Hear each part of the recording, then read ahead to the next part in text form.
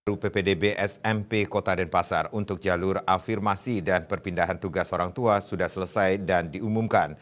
Dari 421 pelamar, 237 siswa dinyatakan lulus verifikasi dan diterima di sekolah SMP negeri di Denpasar. Sementara ada 184 berkas yang ditolak.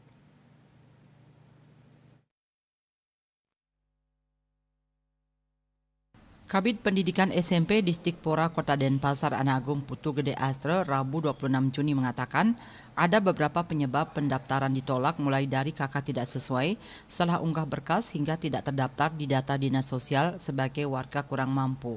Astra menambahkan semua berkas yang lolos verifikasi tersebut diterima di SMP negeri, namun ada beberapa yang kelebihan siswa pada jalur tersebut dan kemudian didistribusikan ke sekolah terdekat setelah di-ranking SKHB dan alamat.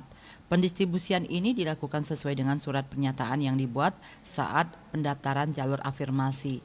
Untuk diketahui, jalur afirmasi ini dikhususkan untuk siswa dari keluarga kurang mampu. Syaratnya harus terdaftar pada data Dinas Sosial Kota Denpasar sebagai keluarga kurang mampu yang dibuktikan dengan kepemilikan program Keluarga Harapan PKH dari Kementerian Sosial Republik Indonesia. Sementara untuk surat keterangan miskin sudah tak berlaku seperti halnya pada PPDB tahun 2023 lalu. Setelah jalur afirmasi dan perpindahan tugas orang tua tuntas, kemudian dilanjutkan dengan jalur zonasi.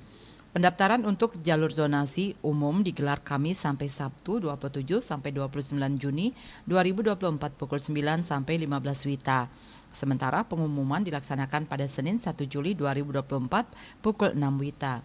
Kemudian pendaftaran zonasi Bina Lingkungan dilakukan pada Selasa, Rabu, 2 dan 3 Juli 2024 pukul 9 sampai 15 WITA dan pengumuman digelar Kamis 4 Juli 2024 pukul 6 WITA. Pendaftaran dan pengumuman dilaksanakan secara online di laman resmi PPDB Denpasar. Widya Stuti, Bali Pos melaporkan.